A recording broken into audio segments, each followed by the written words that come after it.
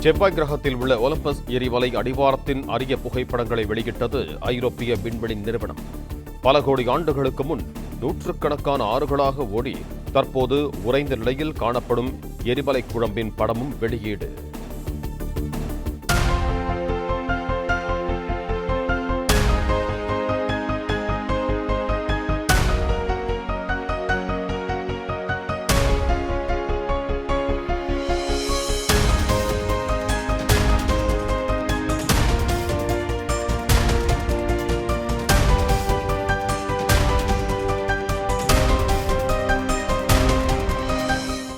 Play store மற்றும் app ஸ்டோரில் இருந்து பாலிமர் செயலியை QR கோடு மூலம் பதிவிறக்கம் செய்யுங்கள்.